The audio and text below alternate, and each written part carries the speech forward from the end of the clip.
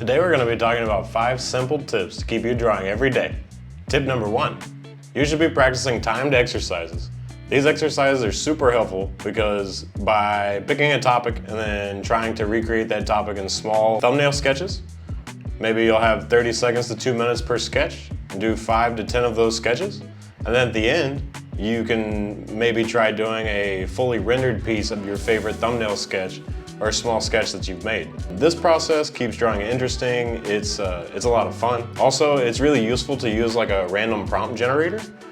These generators are normally free, you can find them online. And what it does is it kind of takes you out of that like blank page fear mode where you can select your prompt, it'll just tell you what to draw.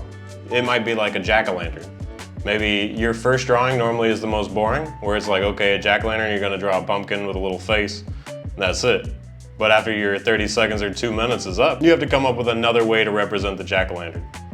So by the time you do 5 or 10 of these sketches, you might end up with like a jack-o'-lantern monster, and that can help you push your creativity and help you have more fun drawing and keep you engaged and keep you in your sketchbook every day. The second tip is to establish a realistic expectation of what you're going to be doing every day when you draw. Learning art is not a linear process. It's very up and down. The curve is not going to be you get better every single time you draw. Sometimes you'll have something that comes out great and you weren't expecting it. And then other days you'll be expecting greatness and end up with a total failure. So don't let that discourage you. It's completely normal when you're learning how to draw. There's ups and downs and challenges, as there is with everything. But having realistic expectations of like what's gonna happen every time you sit down and draw, it's like a really good way to keep you drawing every day, to keep the pressure off of you of trying to create a masterpiece every time you sit down. And those things will keep you less intimidated and keep you using your sketchbook more regularly. Tip number 3, don't force yourself to only use one medium all the time. I know it can be tempting because you'll start to get good at one thing first. For most people, that's going to be graphite drawing, just because it's the most accessible. Everyone's had a pencil in their hand before, so it's normally the most comfortable way to start. But once a week, it's good to just try something different. Maybe you've never used charcoal before. Maybe the picture is going to suck, but that's okay because it'll keep things interesting, keep you engaged, and keep you interested in drawing every day. As long as you draw every day, over time, you will get better, and eventually you'll be a master yourself. Tip number 4 would be to keep multiple sketchbooks. This is really helpful practice because it's very intimidating when you go online or on YouTube and you search sketchbook tour. You tend to see sketchbooks that have been kind of curated, and it's just finished drawing after finished drawing after finished drawing.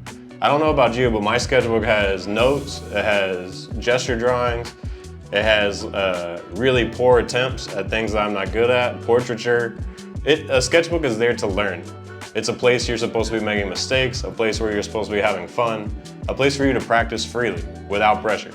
So if you want to have one of those finished sketchbooks that has like, every page has a masterpiece in it, you'll need to have 2 sketchbooks, one for your thought process and one for those finished rendered drawings.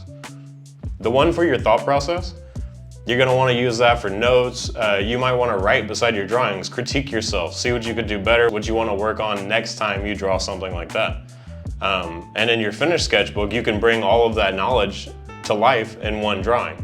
But it may take a little bit of planning and working that out in the sketchbook you use for practice. That's where you're going to be planning out those more rendered finished drawings for later.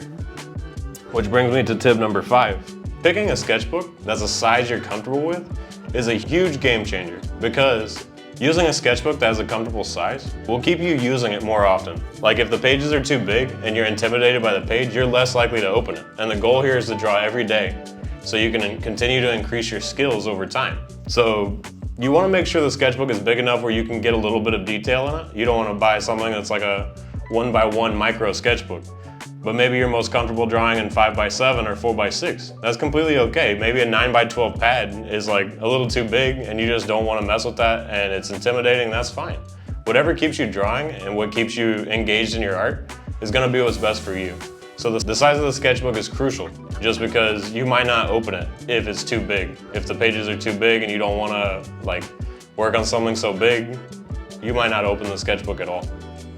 Thank you guys for your time. If drawing every day is something you struggle with, let me know in the comments below if any of this stuff helps. If there's any practices or exercises that you may enjoy that help you keep drawing, Please let me know in the comments section below. If you enjoyed the video, leave a like, a thumbs up, and consider subscribing for more videos like this.